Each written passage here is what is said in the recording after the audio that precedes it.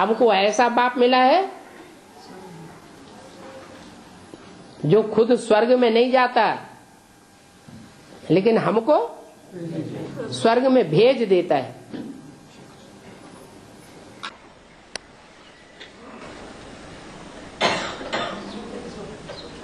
बाबा भक्ति मार्ग में हाथ में स्लिंग लेते हैं, हाथ में स्लिंग लेके पूजा करते हैं और उसको त्राटक लगाते हैं, और त्राटक लगाने से बुद्धि खुलती है, ऐसे कहते हैं।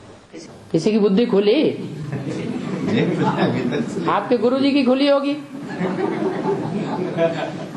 हाँ, गुरुजी की नहीं खुली है? आपने देखा नहीं? और भक्ति मार्ग की बात यहाँ की उठाई हुई है। यह हथेली है बुद्धि की सूचक। जैसे हाथ से कोई चीज पकड़ी जाती है, वैसे बुद्धि से भी ज्ञान को पकड़ा जाता है, बात को पकड़ा जाता है, सच्चाई को पकड़ा जाता है, झूठ को पकड़ा जाता है। तो उसको कहते हैं बुद्धि रूपी हाथ।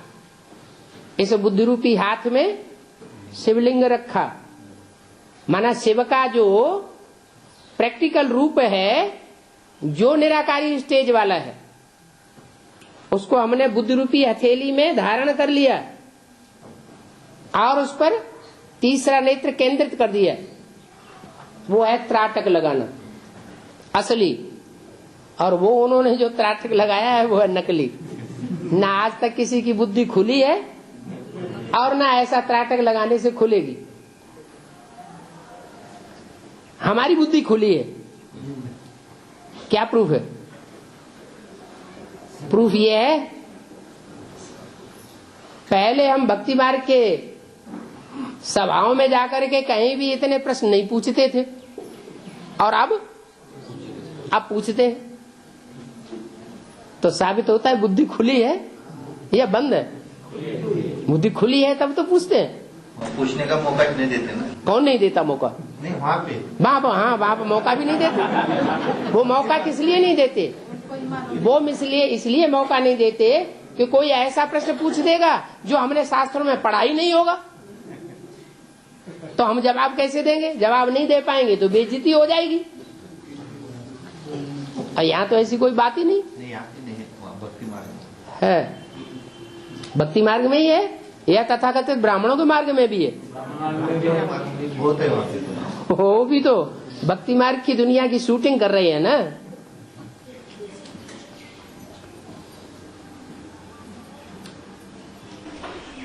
बेसिक वालों के पास गए, ज्ञान देने को गए तो वो शिव को दूर नजदीक आने नहीं देते। बेसिक वाले जो है उनको अगर ज्ञान देने गए तो वो दूर जाओ बोलते हैं, आगे मत आओ, हमारे को मत छुओ बोलते। झूठ की दुनिया में सच सुनावेंगे, झूठे रत्नों का बाजार लगा हुआ हो, झूठे हीरे बेचे जा रहे हो पूरे मार्केट में, और आप सच्चे रतन लेकर के पहुंच जाएं, दिखाएं देखो ये है सच्चे रतन। तो दुकानदार के सामने जो बैठे होंगे ग्राहक, तो उन्हें सच्चाई बताओ कि देखो ये सच्चाई है, ये झूठाई है, तो उन्हें मिर्ची लगेगी कि नहीं लगेगी? तो ऐसे उनको मिर्ची लग रही है। और इतने बड़े गणेश क्यों हाथ छुआ बता देते? तो आज हाथ धो के गणेश जी के पीछे पड़े हुए।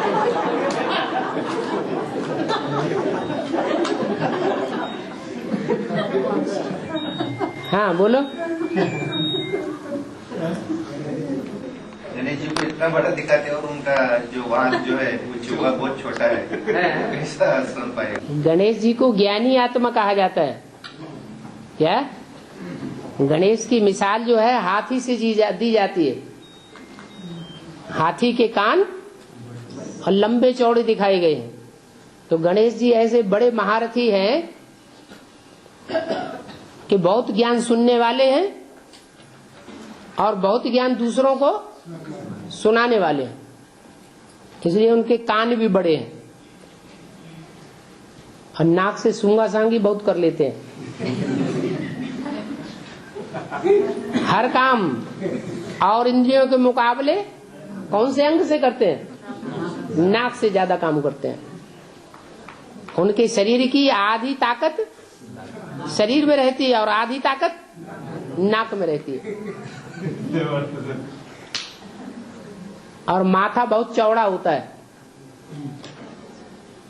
माना बुद्धिमत्ता बहुत होती है, बुद्धिमान है। और देह अभिमान दुनिया के सब जानवरों से जास्ती रहता है। आंखों में मद बहुत भरा हुआ रहता है। क्या तो बाबा बोलते हैं सबसे जास्ती धोखा कौन अंग देता है? आंखें। उनकी आंखें सबसे जास्ती मद बांधी। पूंछ उतना काम नहीं करती है। हनुमान जी की पूंछ बहुत काम करती है और उनकी पूंछ उतना काम नहीं करती। माने काम विकार के देह अभिमान की पूंछ उतनी पावरफुल नहीं है जितनी हनुमान जी की दिखाई जाती है। तो ये विशेषताएं दिखाई गई है गणेश जी के पार्ट में।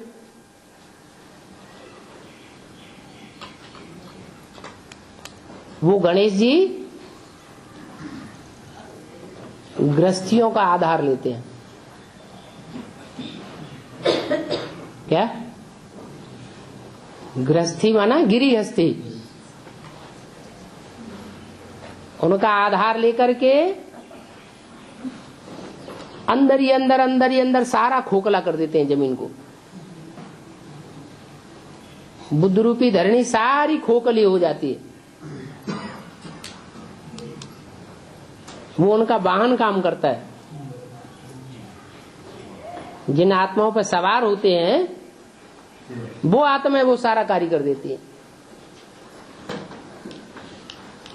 कहाँ वो महारथी और कहाँ चूहे जैसा पुरुषार्थ। चूहा सबसे जास्ती कौन से जानवर की गिरफ्त में आता है? बिल्ली कहा जाती है।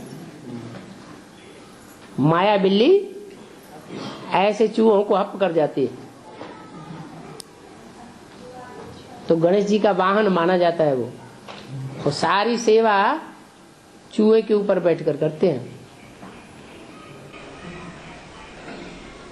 बाबा सन्यासी जो लोग रहते हैं ना मठ में, वो जो बैठते हैं उनको घर में लाके पाँव धो के वो पानी पीते हैं। तो पीने से भाग्य बदलता है। तो कहाँ बैठे रहते हैं? मठ में। मठ में सन्यासी जो लोग हैं, मठ पंथ जो है ना, वो सन्यासी लोगों को घर में बुलाते हैं। वो पूजा वो करते हैं उनकी, और वो पानी पीते हैं वैसा ही। उनके पाँव धोते हैं और वो पानी पीते हैं। और पाँव धो करके वो पानी को खुद पी जाते हैं। भाग्य। पानी किसे कहा जाता है? ज्ञान जल को पानी कहा जाता है। जब ईश्वर आते हैं तो कोई होते हैं ज्ञान बहुत धारण करते हैं, प्रकांड विद्वान हो जाते हैं ईश्वरीय ज्ञान में। लेकिन जो प्रैक्टिकल ज्ञान है घरगस्थ में रहते पवित्र बन करके दिखाना, उस बात में फेल हो जाते हैं। जो सातों नारायण हैं बाद में आने वाले और उनकी प्रजा, वो प्रवृत्ति मार्ग की पक्की है या कच्ची है? कच्ची है। तो ऐसे जो गुरु बन करके बैठते हैं अपने चेलों के बीच में, वो चेले उनकी पूजा करते हैं। इस तरह की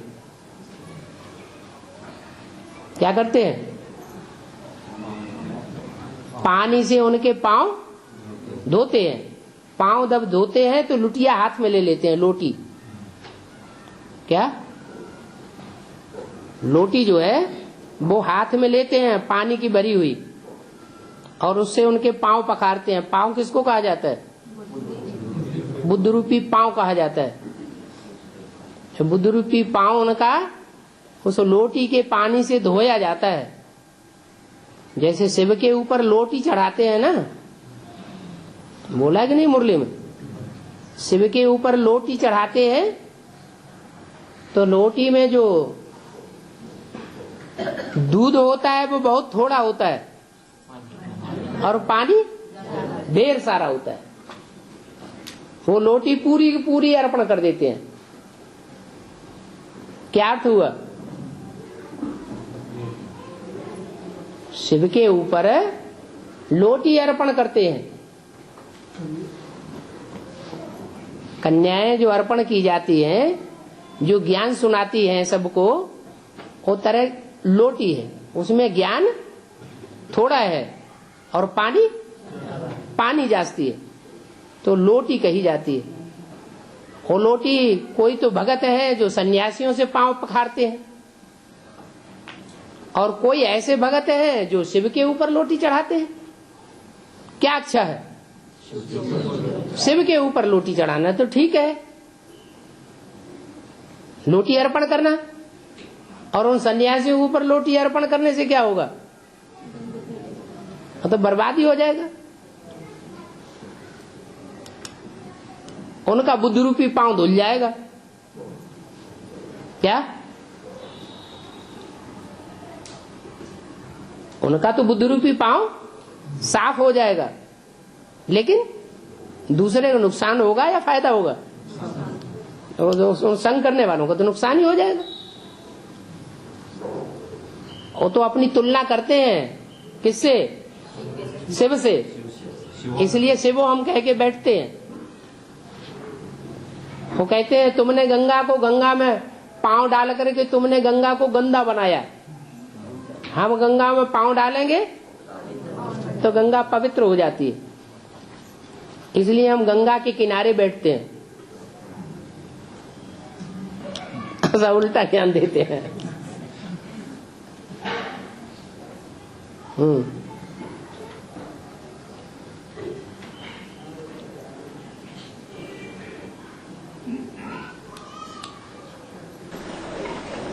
विनाश के बाद आदि पाप आत्माएं बचेंगे और आदि पुण्यात्माएं बचेंगी। तो पुण्यात्माओं में विजय माला के सारे बचेंगे। पुण्यात्मा में विजय माला के भी सारे बचेंगे, और रुद्रमाला के सूर्यवंशी चंद्रवंशी जितने भी होंगे वो भी सारे बचेंगे। अगर चंद्रवंशियों में जो सूर्यवंशी बनकर के अर्पित हो जाएंगे, मन बुद्धि से सरेंडर हो जाएंगे, वो सब शरीर छोड़ेंगे हैं। बाकी तो शरीर छोड़ना पड़ेगा। अपने अपने समय पर में जो शरीर दबा हुआ है उसमें आकर प्रवेश करके। हाँ जी, हाँ जी, हाँ। तो 2.25 लाख जो बचते हैं रानी पल की क्या है? 2.25 लाख विजय माला से आने वाले जो बचते हैं, हाँ। फिर उनकी प्रवृत्ति कम हो गई, इधर की पूरी नहीं बचेंगे। तो अंत तक बनेगी नहीं, बनने के बाद फिर शरीर छोड़ेंगे। तो आखिर में तो फिर थोड़े ही बचेंगे। आखिरी में जो बचेंगे उनसे जनरेशन बढ़ेगी या नहीं बढ़ेगी? तो जब जनरेशन बढ़ेगी तो पहले जन्म के लिए भी चाहिए कि नहीं चाहिए? 4.5 लाख यहीं हो जाएंगे, और 4.5 लाख से 4.5 लाख का यहीं पूरा जन्म हो जाएगा।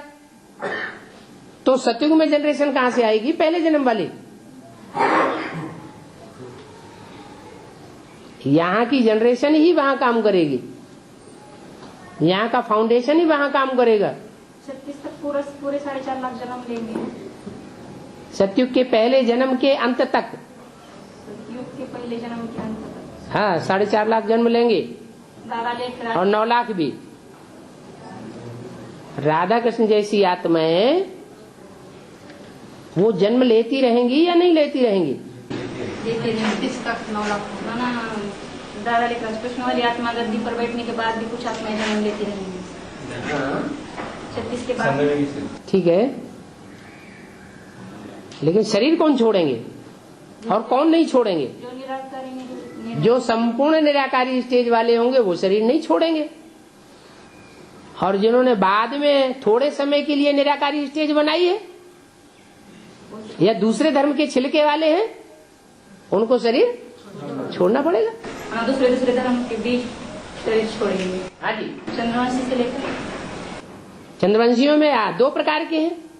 एक तो वो चंद्रवंशी जो विजयमाला के दाने बनते हैं, एक तो यहाँ की चंद्रवंशी, और एक वो चंद्रवंशी जिनमें सब धर्म की आत्माएं प्रवेश कर जाती है। चंद्रवंशियों से पूरे प्रभावित हो जाते हैं, या चंद्रवंशी दूसरे धर्म वालों से पूरे प्रभावित हो जाते हैं। अभी बी केस में सब चंद्रवंशी कहेंगे या सूर्यवंशी भी वहां मौजूद है? सारे ही चंद्रवंशी हैं। उन चंद्रवंशियों में कोई तो असली चंद्रवंशी है जो विजयमाला के दाने बनेंगे, और बाकी सब दूसरे धर्मों में कन्वर्ट होने वाले। तो जो दूसरे धर्मों में कन्वर्ट होने वाले हैं उनको शरीर छोड़ना पड़े या नहीं छोड़ना पड़े? छोड़ना पड़ेगा। जो विजयमाला के मणके होंगे वो निकल आवेंगे, उन्हीं के लिए सारी अभ्यक्तवाणी चल रही है। क्या एडवांस पार्टी जब टाइम आवेगा तो तुम्हारे लिए पूरा फील्ड तैयार करेंगी। एरोप्लेन भी बना रहे कौन? माउंट आबू वाले एरोप्लेन बना रहे? माता गई थी 3 महीने सेवा के लिए। हाँ। बोल रही सुनी बातों में पट विश्वास कर लेना। देखो न जाके वो जो कुछ भी कहेंगे सुनते रहेंगे, सब हम सुनाते रहेंगे। हाँ, कौरव पांडवों ने एटम बम तो नहीं बना रहे शंकर पार्टी को मारने के लिए। कौरव पांडवों ने जुआ खेला, पांडवों ने पूरी बाजी लगाई और कौरवों ने अधूरी बाजी लगाई, और जो लगाई वो भी अपनी मुट्ठी में रखी। हाँ, थोड़ा सा विस्तार में तो मुरलियों में ही विस्तार बता दिया ना सारा। पांडव जो हैं वो अपना तन धन धाम सौहृद बीवी बाल बच्चे सच्चाई से लगाते हैं। हमारा नहीं है, किसका है? ईश्वर का है। हमारा इसमें कोई दखल नहीं। दे दिया सो ईश्वरीय सेवा में दे दिया, हम याद भी नहीं करेंगे। और पांडव जो काम करते हैं उसके बिल्कुल विपरीत कौरव करते हैं। वो दिखाने के लिए सरेंडर कर देंगे, तन भी सरेंडर करेंगे, बीवी बाल बच्चे भी सरेंडर करेंगे, धन भी सरेंडर करेंगे, अपने संबंधी भी लगाए देंगे, दिखाने के लिए स्वाहा करेंगे, लेकिन रखेंगे सब अपनी मुट्ठी में। वर्ल्ड रिन्यूअल ट्रस्ट बनाया गया, ये कौरवों की यादगार है या पांडवों की यादगार? दिखाने के लिए सरेंडर है, लेकिन कर लिया सब अपनी मुट्ठी में।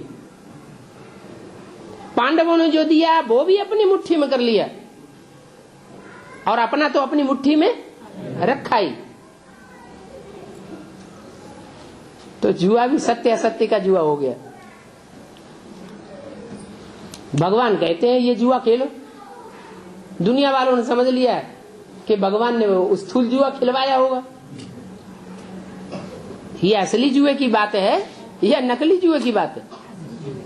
ये असली जुआ खिलवाया। और ये तो जो जुआ जितना सच्चाई से खेलेगा उतना सच्चिखंड का मालिक बनेगा।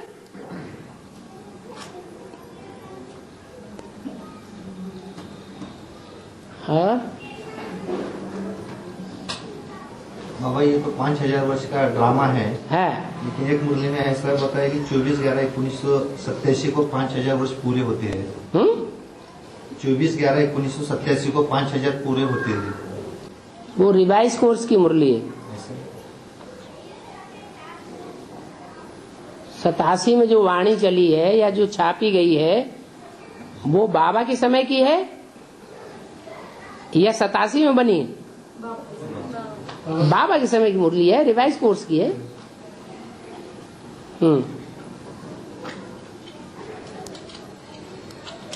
हाँ, 10 वर्ष की घोषणा जिस समय की गई थी उस समय के लिए फिर भी लागू होता है।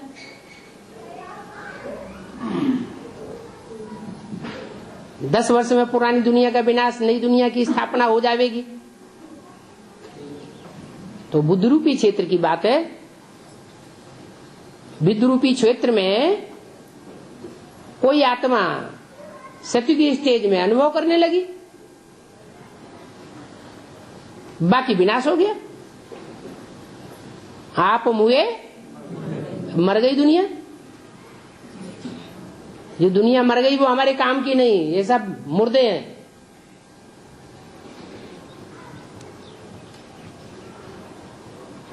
फिर धीरे धीरे परमधाम से जैसे आत्माएं उतरती हैं, ऐसे एडवांस ज्ञान में भी उतरना शुरू हो गई।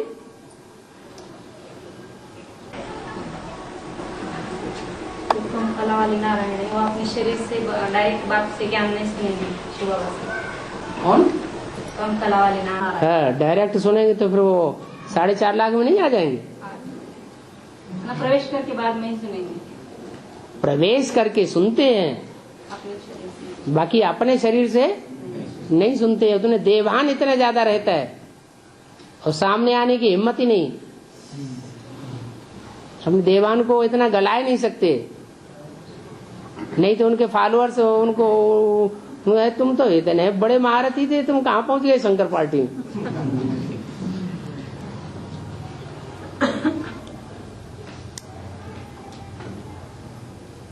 मान मर्तबा छोड़ा नहीं जाता। द्वापर कलयुग युग में भी वो राजा बनते होंगे।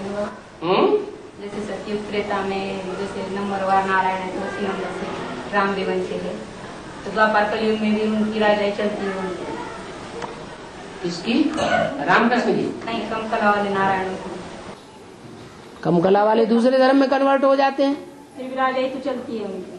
जैसे सतयुग त्रेता में राजाएं उन्होंने भोगी। ऊपर से आने वाली आत्माएं वो ज्यादा पावरफुल होती हैं या नीचे वाले जो अनेक जन्म लेते आए हैं वो ज्यादा पावरफुल होते हैं?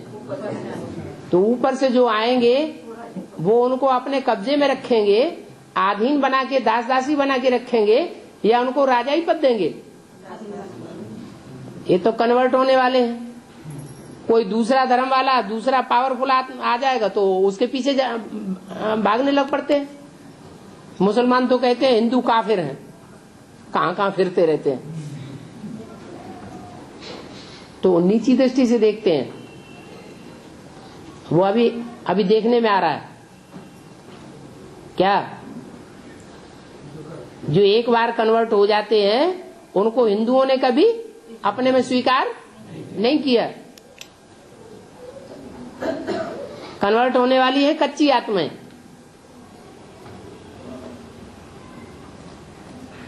वो यहां भी दास दासी बन करके रहेंगे। जब नई दुनिया का राज्य शुरू होगा, स्वर्णिम संगम युग का जो नया संगठन शुरू होगा, वो यहां भी दास दासी बन के रहेंगे और वहां भी कहा?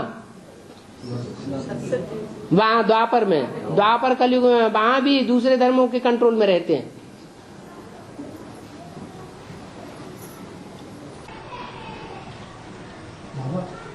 दक्ष प्रजापिता और प्रजापिता में कोई संबंध है? जो शास्त्रों में दक्ष प्रजापति कहा गया है वो संपन्न स्टेज की यादगार है या अधूरे पुरुषार्थ की यादगार है? शास्त्रों में जो भी गायन पूजन यादगार बने हुए हैं वो संपन्न स्टेज के बने हुए हैं। तो शास्त्रों में जो दक्ष प्रजापति कहा गया है वो संगम युग में आदि के समय का पुरुषार्थ का गायन है या अंत के समय का पुरुषार्थ का गायन है? अंत के समय में जब सारी सृष्टि ने उसे अपना पति मान लिया, सारे वृक्ष का, मनुष्य सृष्टि रूपी वृक्ष का क्या मान लिया? पति मान लिया। पति माना रक्षक, तो वो प्रजापति कहा गया है। यज्ञ के आदि में भले वो प्रजापिता था क्योंकि ज्ञान का बीज आरोपण करने वाला था, उसने ब्राह्मणों में ज्ञान का बीज बोया, इसलिए वो पिता है। जो आदि का प्रजापिता वही अंत का प्रजापति कहा जाता है। तो एक ही आत्मा है। और बाबा ये पीयू की जो मालिया कराची के बंगले में गाड़ कर रख दी गई है, उसको फिर से कैसे निकाली गई? आदमी क्या नहीं कर लेता है? मोहनजोदड़ो, हड़प्पा, मेसोपोटामिया, सिंध, हैदराबाद की खुदाई कर सकता है? तो वो वानिया कब बाहर निकली? हैं? वो वानिया कब बाहर निकली? कब बाहर निकलेंगी? जब निकालेंगे तब निकलेंगी।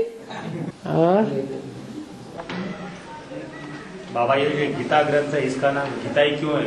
गीत के कारण से क्या दूसरा कुछ और है? इसका गायन है ना, इसने काम ऐसा किया है जो गायन करना ही पड़ेगा। औरों ने ये काम करने की हिम्मत नहीं की, गीता ने हिम्मत की। इसलिए गीता की इतनी महिमा है। उसमें भी झूठी गीता की महिमा है या सच्ची गीता की महिमा है? हैं? सच्ची गीता की महिमा है। अभी भक्ति मार्ग में कौन सी गीता की महिमा है? झूठी गीता की महिमा है। गीताएं दो है, एक सच्ची गीता, एक झूठी गीता। झूठी गीता की महिमा भक्तों ने की और सच्ची गीता की महिमा जिन बच्चियों ने, ज्ञानियों की बुद्धि में ये बात बैठ गई प्रैक्टिकल में। अभी ब्राह्मणों की दुनिया में क्या बात कि गीता का भगवान साकार में कृष्ण उर्फ दादा लेखराज नहीं है। गीता का भगवान साकार होना चाहिए या निराकार बिंदु? निराकार बिंदु होना चाहिए या साकार होना चाहिए? गीता का भगवान वो तथाकथित ब्राह्मण समझते हैं बिंदु, और हम क्या समझते हैं? निराकारी स्टेज वाला साकार, वो गीता का भगवान है। तो उनको कहेंगे ज्ञानी। ऐसे नहीं कि सिर्फ शिव बाबा ने ये आकर के बात बताई दी, नहीं कि गीता का भगवान कृष्ण नहीं, गीता का भगवान निराकार शिव है। इससे पहले जो विदेशी विद्वान हैं, उन विदेशी विद्वानों ने भी अपने ग्रंथों में लिख करके रखा हुआ है कि पहले गीता निराकारवादी थी, बाद में जो साकार उपासी हैं उन्होंने कृष्ण का नाम डाल दिया। नहीं तो गीता के श्लोक देख लिए जाएं, ढेर सारे श्लोक ये साबित करते हैं कि वो निराकार है, साकार नहीं है। पहले भारत माता कहेंगे या पहले जगत माता? पहले तो जगत माता ही है। ब्राह्मणों की संगम युग दुनिया में पहले कौन प्रत्यक्ष होता है? जगत माता। पहले जगत माता प्रत्यक्ष होती है, बाद में भारत माता। ये ब्राह्मणों की, ज्ञानियों की बात है। लेकिन भक्तों की बात क्या है? बाबा कहते हैं मैं जब आता हूं तो अकेला नहीं आता हूं, हैं? तीनों मूर्तियां साथ साथ होती है। भारत माता भी होती है, जगत माता भी होती है, और जगत पिता भी होता है। तीनों मूर्तियों के साथ आता हूं, अकेला नहीं आता हूं।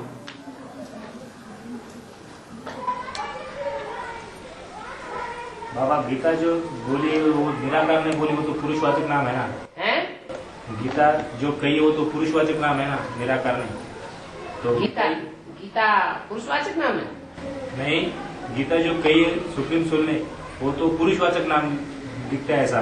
और गीता ऐसा तो लेडीज की है ना, स्त्रीलिंग क्यों नाम है ऐसा? माता है ना, गीता माता है, वो गीतापति भगवान है, उसके रोम रोम पर उसका अधिकार है।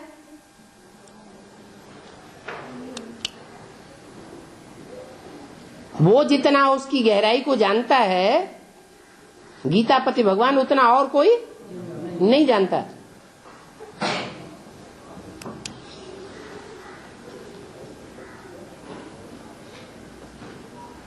और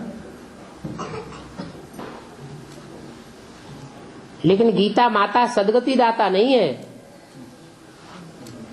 गीता माता की महिमा कौन करता है सबसे जास्ती? गीतापति भगवान गीता का गायन करते हैं। गीता माता जो काम किसी ने नहीं किया वो काम उसने करके दिखाया। किसी की हिम्मत ही नहीं पड़ी। क्या काम?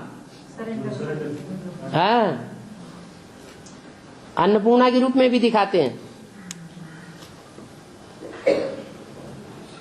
हैं कि अन्नपूर्णा माता देवी और शंकर को दान देती है।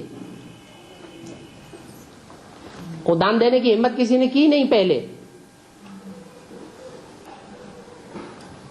एक ने कदम बढ़ाया, फिर आगे दूसरों ने कदम बढ़ाया, तो जो पहले उठे सो अर्जुन पहला नंबर, तो उसका गायन हो गया। अन्नपूर्णा लक्ष्मी नहीं। अन्न का अर्थ नहीं समझा आपने। याद कहो, स्नेह कहो, प्यार कहो। प्यार शरीर से ही होता है। बिना शरीर के प्यार, बिना कर्मेंद्रियों के प्यार नहीं होता। भागवत गीता और गीता में क्या फर्क है? श्रीमद् भगवत गीता है जीवन कहानी, और गीता में सिर्फ ज्ञान की बातें हैं। क्या? जो गीता है वो महाभारत का एक छोटा सा अंश है, एक अध्याय है, और उसमें एक बड़ा लंबा अंश जो है महाभारत का वो श्रीमद् भागवत है। उसका नाम भागवत इसलिए पड़ा कि उसमें एक अध्याय गोपियों के भागने की कथा का है। दुनिया कहती है भगाया, इस दुनिया वाले समझते हैं जन्म जन्मांतर स्त्रियों को भगाते रहे हैं, ऐसे भगाया होगा, लेकिन इस तरह भगाने की बात नहीं है। कौन सी बात है? वो ज्ञान की बात है। ज्ञान की शक्ति से मन बुद्धि को आकर्षित किया। नहीं तो बांस की मुरली से कोई थोड़ा ही भगती है।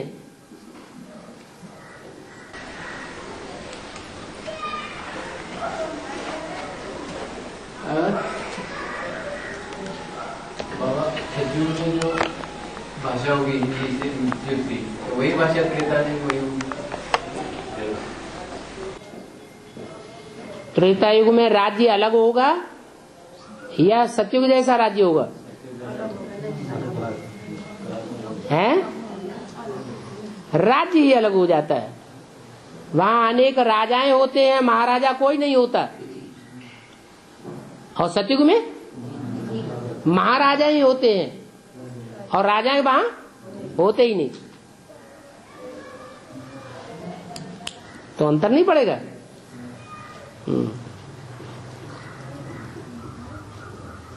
कहा भी जाता है यथा राजा तथा प्रजा। और राजा का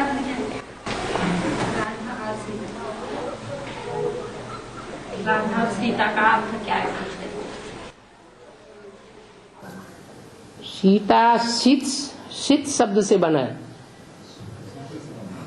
सीता माने ठंडे। क्या है? राधा ठंडी भी है,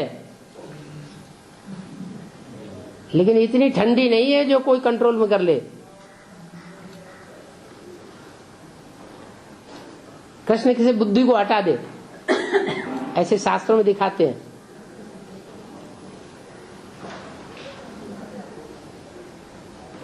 और गोपियां और पटरानियां वो विचलित तो हो सकती है, लेकिन राधा की बुद्धि विचलित नहीं हो सकती।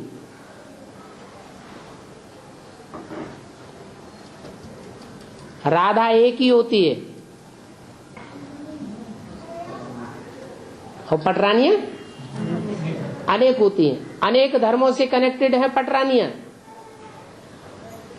और एक सद्धर्म से कनेक्टेड है राधा।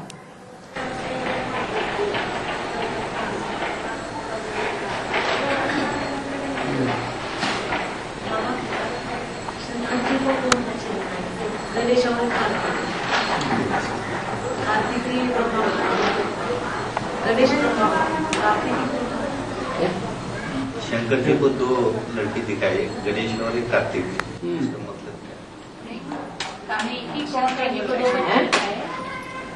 कार्तिकी गणेश ब्रह्मा है बोल रहे, कार्तिकी कौन है? जो दूसरे धर्मों की तिक तिक ज्यादा करता है, दूसरे धर्मों का भी ज्ञान सुनाने लग पड़ता है, वो है कार्तिक 6 मुंह वाला।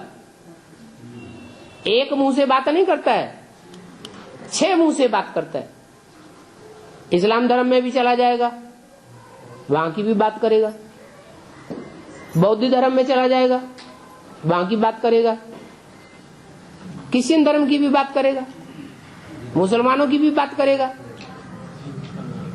माना संगम युग में वो आत्मा कन्वर्ट होती रहती है भक्ति मार्ग के आडम्बरों में। एक ज्ञान का सीधा रास्ता पकड़ के नहीं चलती, इसलिए 6 मुख दिखाए हैं।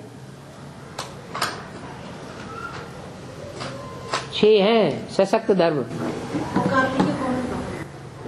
वो ही कार्तिकेय है जो टिक टिक ज्यादा करता है ज्ञान की बातों की, लेकिन एक जगह खुद नहीं टिक पाता है। किसका पार्ट है? प्रत्यक्ष पार्ट किसका है वो कार्तिकी का?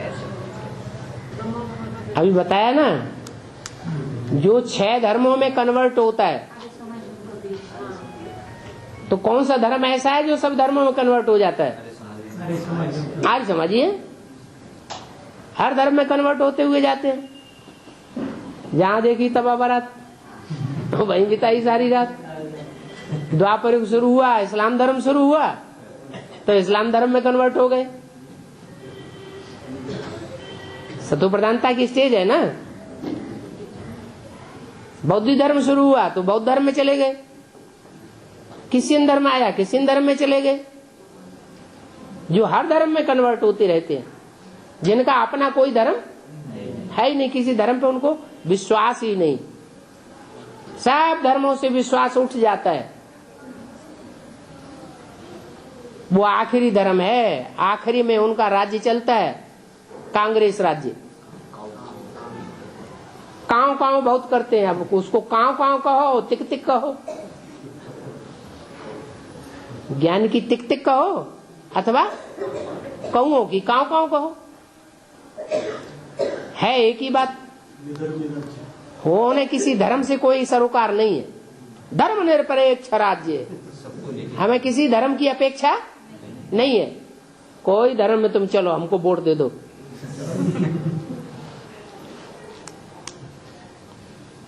तो धर्म कोई नहीं मानते तो उनके राज्य में ताकत क्या होगी? उनकी सॉवरेंटी में कोई ताकत नहीं होती।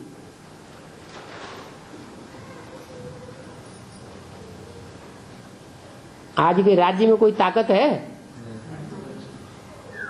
कंप्लेंट करते रहो, कोई सुनने वाला नहीं।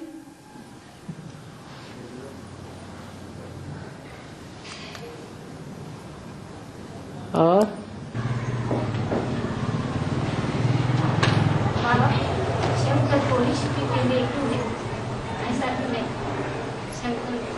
चित्रों में दिखाते हैं शंकर विष पीता था। हाँ, तो क्या पूछ क्या रहे हैं? ऐसा क्यों दिखाया? ऐसा क्यों दिखाया? हाँ, शंकर क्यों विष पीता? जब दुनिया में ज्ञान सागर बाप आया, तो ज्ञान सागर बाप आएगा तो अनेक प्रकार के रतन निकलेंगे कि नहीं निकलेंगे? ज्ञान रतन निकलते हैं ना। उनमें सबसे पहला कौन निकला है? विषय विकार निकले। बाप कहते मैं जब आता हूं तो ऐसा इंजेक्शन लगाता हूं कि तुम्हारे 63 जन्म की सारी बीमारियां बाहर आ जाती हैं। तो सारा विषय विकार जो विषय है वो सारा बाहर आने लगता है ना। मिसाल देते हैं वैद्यों का, जैसे वो डॉक्टर लोग होते हैं ना, वैद्य लोग, आयुर्वेदिक डॉक्टर, तो किसी बीमारी की बीमारी निकालने के लिए दवाई देते हैं तो पहले वो बीमारी उखड़ के ऊपर आती है। तो ऐसे ही जो विकारों का विष है वो बाहर आता है। तो जो भी विकारों का विष भरा हुआ है नसों नाड़ियों में, कितनी है? 16,000। उन नसों नाड़ियों में 16,000 में 500 करोड़ में से 16,000 हैं जिसमें वो विष ज्यादा भरा गया। वो विष निकल करके बाहर आता है। अब जो पहला रतन है वो बाहर आया, घबरा गया।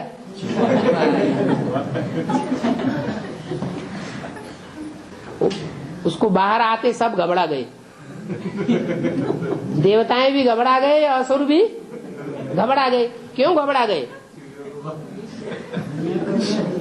वो देवताएं और जो असुर हैं वो सब क्यों घबराने लगे? क्यों नहीं हिम्मत थी? कोई कारण होगा? है देहाभिमान है। इतनी हिम्मत क्यों नहीं आई पीने की? है हजम करने की नहीं,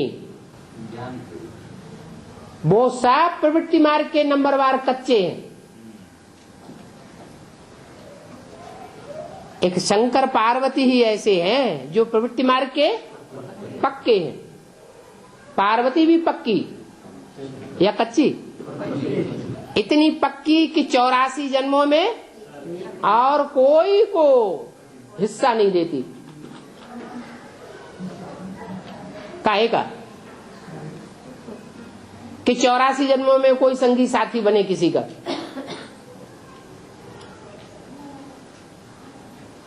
तो शंकर और पार्वती जन्म जन्मांतर के प्रवृत्ति मार्ग के पक्के हैं। वो प्रवृत्ति मार्ग से घबराने वाले नहीं हैं।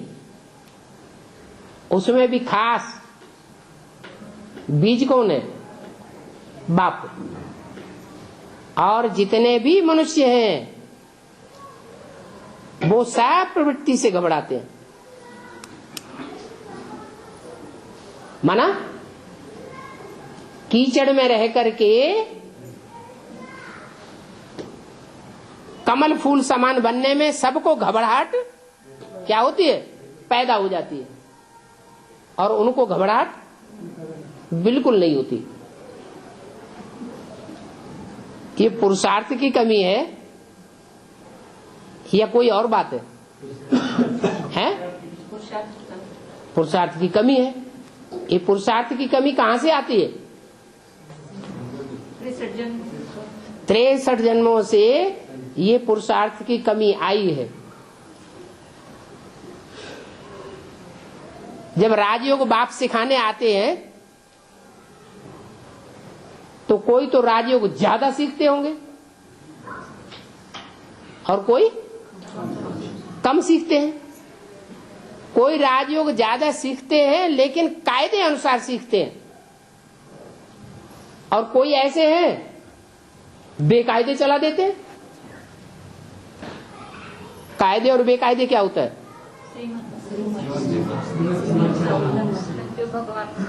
कायदे से काम करना माने चोरी चकारी डकैती न करना, और बेकायदे काम करना माना चोरी चकारी डकैती, जितने भी दुनिया में खराब काम किए जाते हैं वो सब करना, और दिखाना ये कि हम बड़े योगी हैं, हम ईश्वरीय ज्ञान पर चलने वाले हैं। तो ईश्वरीय ज्ञान में चलने वाले पक्के सनातन धर्म के होंगे या इस्लाम धर्म में कन्वर्ट हो जाएंगे? और चोरी चकारी करने वाले जरूर इस्लाम धर्म में कन्वर्ट हो जाएंगे। आज भी इस्लाम धर्म की आत्माएं कन्याओं को भगा भगा के इंडिया से ले जाती है, चोरी से भी ले जाती है, डकैती से भी ले जाती है, पैसे के बल पर सब कुछ कर रही है। तो वो शूटिंग करने वाले यहां नहीं होंगे? तो शंकर जी ने वो विष पी लिया, कायदे अनुसार पिया, बेकायदे नहीं। कायदा माना? हाँ, समाज की भी अनुमति रहे, सरकार की भी अनुमति रहे, सरकार के भी नियम न टूटे और समाज के भी नियम न टूटे, और अपनी आत्मा का भी नियम, परमात्मा बाप का भी नियम न टूटे।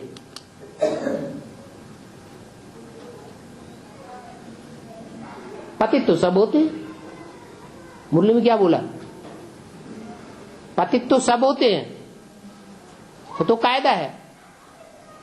ये तो कायदा नहीं है कि इस दुनिया में कोई पतित न बने। पतित तो सब होते हैं, लेकिन क्या होना चाहिए? है एक के साथ पतित बने। ये बुद्धि की बात है या कर्मेंद्रियों की बात है? बुद्धि की बात है। एकलव्य का लव एक से जुड़ा हुआ होगा तो तीर चलाने में बुद्धि तीखी रहेगी या भौंदू होगा? सब अनुभव करते हैं जिन दिनों विकारी प्रवृत्तियां ज्यादा चलती हैं जीवन में, तो बुद्धि में से ज्ञान सारा उड़ जाता है।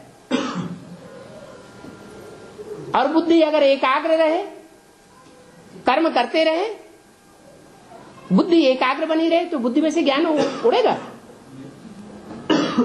लगाव की बात है, अटैचमेंट की बात है। अटैचमेंट से परे होने की बात है। आखिरी पेपर कौन सा है? नष्टो मोहा स्मृति लब्धा। तो लंबे समय का पुरुषार्थ होगा, उसको स्मृति लब्धा ज्यादा होगा, पहले होगा, या थोड़े समय के लिए पुरुषार्थ किया होगा उसको ज्यादा होगा? लंबे समय का पुरुषार्थ होगा तो स्मृति लब्धा होगा। तो कोई ने नहीं हिम्मत कर पाई क्या? विष पीने की। कोई ने पान का बीड़ा नहीं उठाया,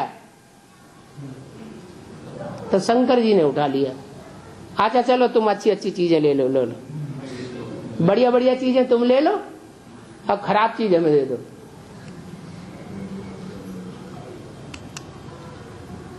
अपने उसी में मस्त। माता जी कहते हैं ऐसा काम क्यों करता है? शिव बाबा भी कहते हैं, शिव बाबा भी कहते हैं, जैसे माता जी ने बोला। शिव बाबा क्या कहते? अमृत छोड़ बिख काहे को खाए। किससे कहते हैं? शंकर जी को कहते हैं। जो विश्व का बादशाह बनने वाला उसी को कहते हैं।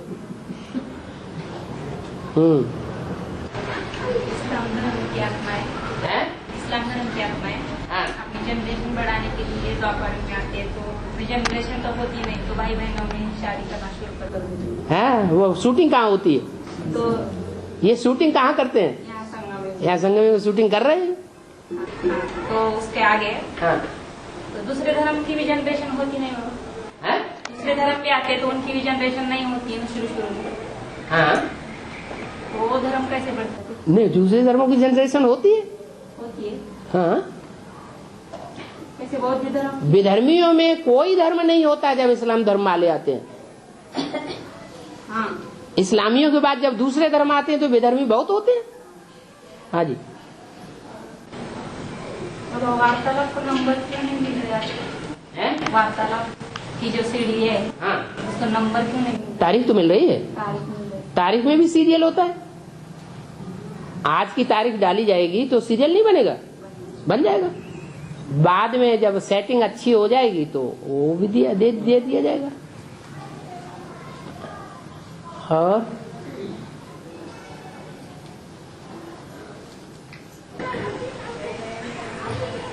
जो रामदेव बाबा के प्राणायाम सिखाए जा रहे हैं, तो वो करना ठीक है या नहीं?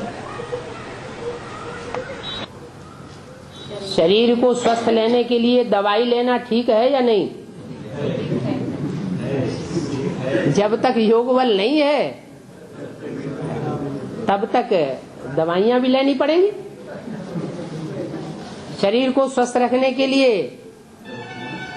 कोई खास प्राणायाम है या शरीर के आयाम हैं, आसन हैं, अगर टाइम निकलता है तो वो भी करें, लेकिन मुख्य ध्यान किसके ऊपर रहे? हैं? याद की यात्रा के ऊपर खास ध्यान रहे। प्राणायाम करें तो भी ध्यान रहे, आसन लगाएं तो भी ध्यान रहे, क्योंकि मालूम है 2500 साल से ये आसन प्राणायाम करते चले आए, आखिरी निस्तार तो दुनिया में किसी का हुआ नहीं। ऐसे ही फालतू चिल्लाते हैं कुंडलनी शक्ति जागृत करेंगे, कुंडलनी शक्ति जागृत होती है, हुआ आज तक किसी का भी नहीं है, बिल्कुल नहीं होता। कोई का आज तक हुआ नहीं जो कुंडलनी शक्ति जागृत हो जाए और सैकड़ों साल का आदमी बना रहे। चक्कर वक्कर सब ऐसे ही हो, दम चक्कर में फंसे हुए हैं।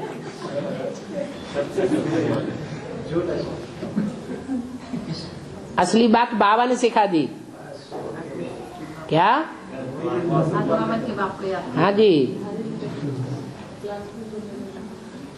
बुद्धि सूक्ष्म बन जाएगी तो जो शक्ति नीचे जा रही है वो शक्ति ऊपर चढ़ने लगेगी, ऊपर चढ़ने की अभ्यासी हो जाएगी। फिर हम कितना भी प्रयास करें, कर्मेंद्रियों को कितना भी खुला छोड़ दें तो भी नीचे नहीं आएगी।